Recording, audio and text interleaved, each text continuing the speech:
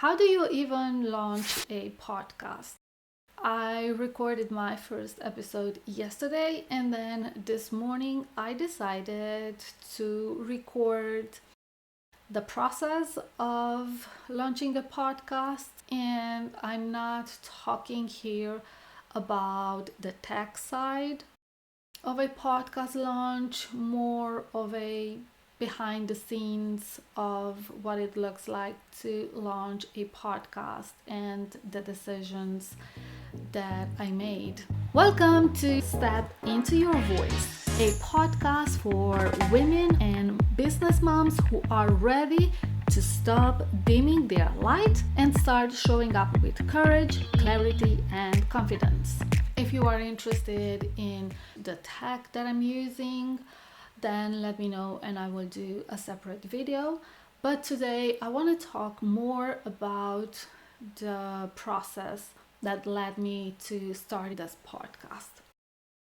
I think there are two ways of launching a podcast. There is number one, what I usually suggest to my clients is a 6-week plan where I'm walking them through all the things they will have to do in order to get ready for a launch.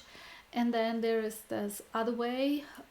It's a little bit rushed indeed, but for me it's exactly what I needed. It's not exactly what I would recommend, but in my case, because I waited for so long, I think even years, I decided, you know what, now that I've built momentum, I'm gonna do it. If I was to wait for 6 weeks, then I'm not even sure that I'm gonna launch the podcast. Because to be honest, and I'm a little bit embarrassed about this, last year around this time, I recorded an interview thinking that I was going to launch a podcast, but then that episode didn't get to be published, and I don't want to make the same mistake again. I want to just do it. I feel it's time for me to take action and I need to do it now. If I'm waiting, then I won't do it. And I think it also has to do with the fact that I know so many things about podcasting. I am aware how the perfect plan should look like, but because I'm also a recovering perfectionist, I don't want to get trapped into this perfectionism mode. I just want to put it out there, and maybe if I get to 100 episodes, then I will celebrate, then I will do a proper launch, a party, whatever. But right now, what I need is just record episodes, put those episodes out there, and keep going. Because I don't want to stay stuck anymore. I want to do it. I want to embody this identity of a podcaster. And in order for me to do that, I need to record episodes and release them, publish them. And to be honest, I wanted so badly to go back and rewatch the first episode, re-listen to it. And I'm not gonna do that. I'm gonna lightly edit it so it sounds good. And I'm going to publish it because I know that otherwise there are things that I wanted to say in a different way, or maybe I wanted to add something new, or there was another way for me to say something, or maybe I made a mistake. I'm not a native English speaker, so I'm sure I made mistakes. And I don't want to do that because I know that if I'm going to rewatch it and re-listen to my first episode in order to put something perfect out there, I'm going to record it so many times that I will get overwhelmed and I will end up not doing it. So it's not going to be perfect at all. But again, it's about getting things done. That's all what matters. So, yeah, that's what I wanted to share with you today. You can do things two ways.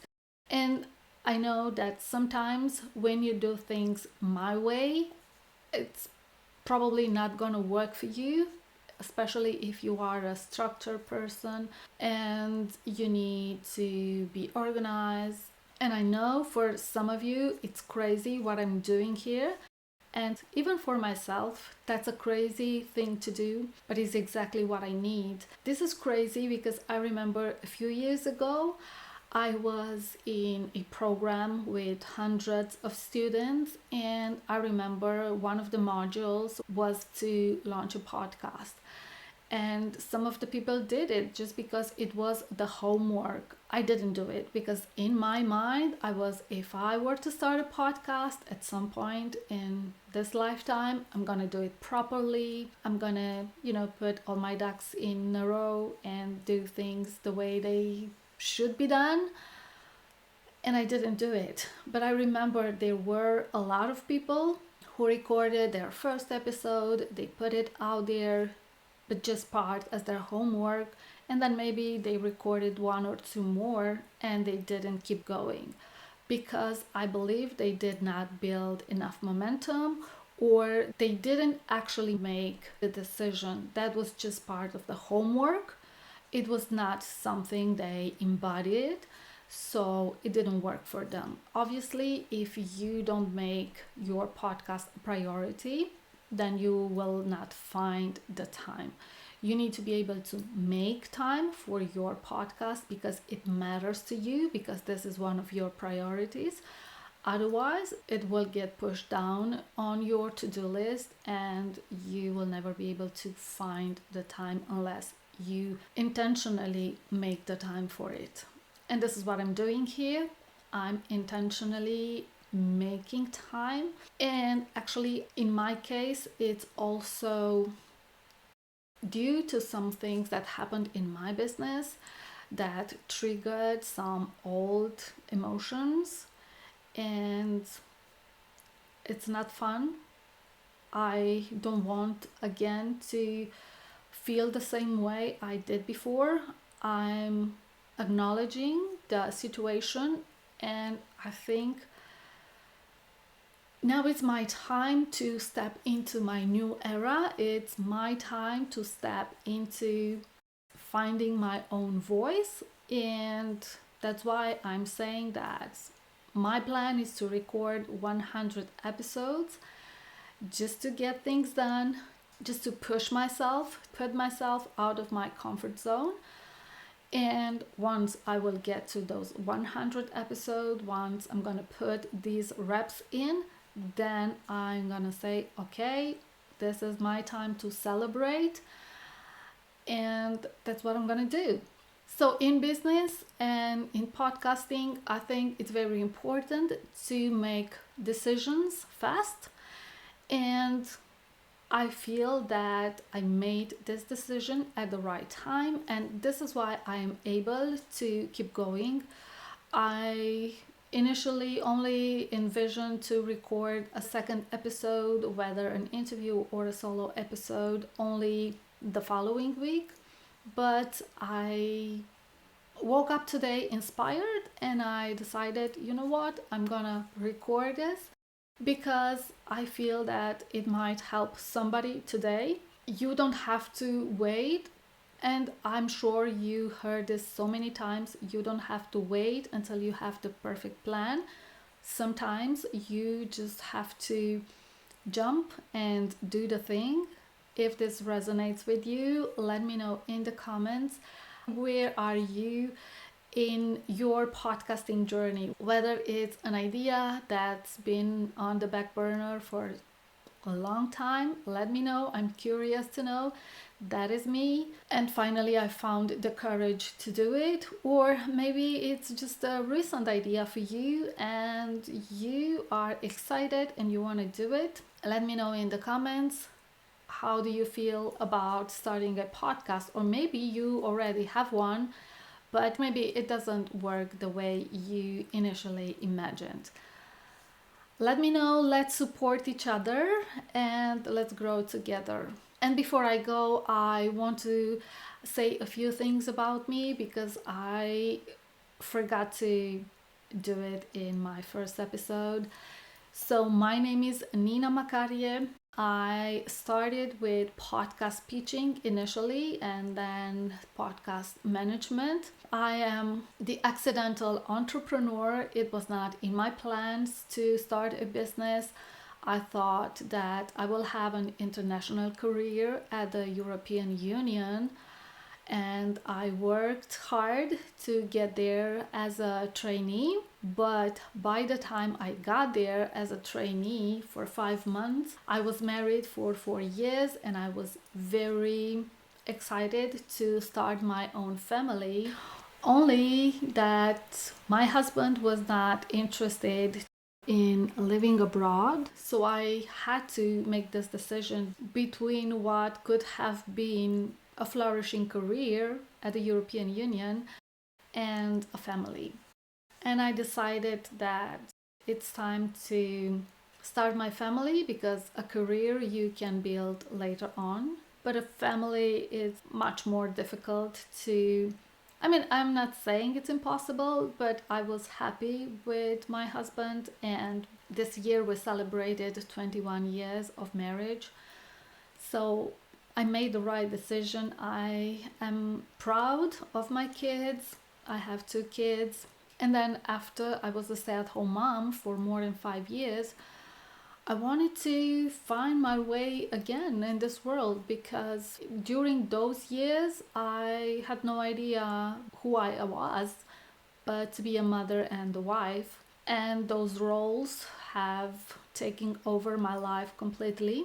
So I had to go back to the basics. I had to rediscover myself. I had to refine myself, who I was as a human being, so I can start dreaming again. And long story short, I started my business when we had to move across the country for my husband's new job.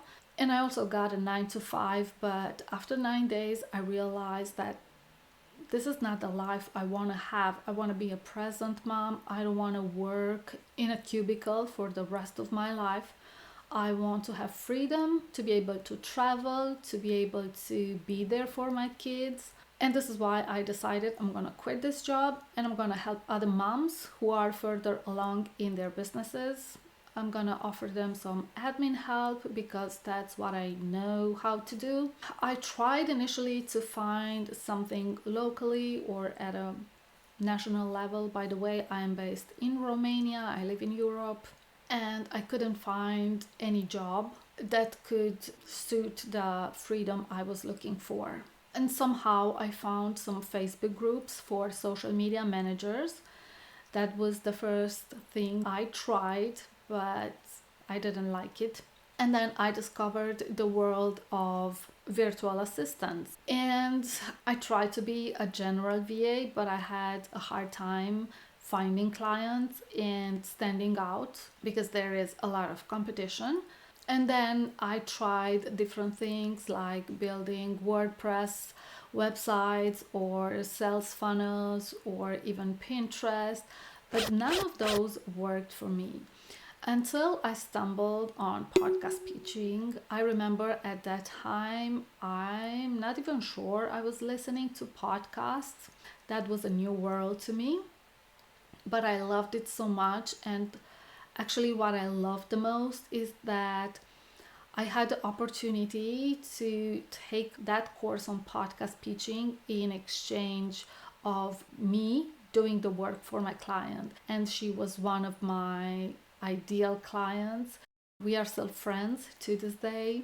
I love her so much. I am even part of a collaborative book under her umbrella, and she was basically the one who gave me confidence to do this work. And I really love this world of podcasting because podcast hosts have this power of giving permission to their listeners to dream big and then make those dreams a reality by sharing stories, by sharing experiences, by sharing maybe case studies. This is why I love podcasting so much. I love that you can inspire other people, you can motivate them to take action, and this energy really fuels me. I really find meaning in this type of work. I love to have an impact on my clients' lives. I love that I get to contribute to my clients' work and help them make a bigger impact in this world. So this is me in a nutshell. Tell me in the comments what do you do and where you are based. See you next time.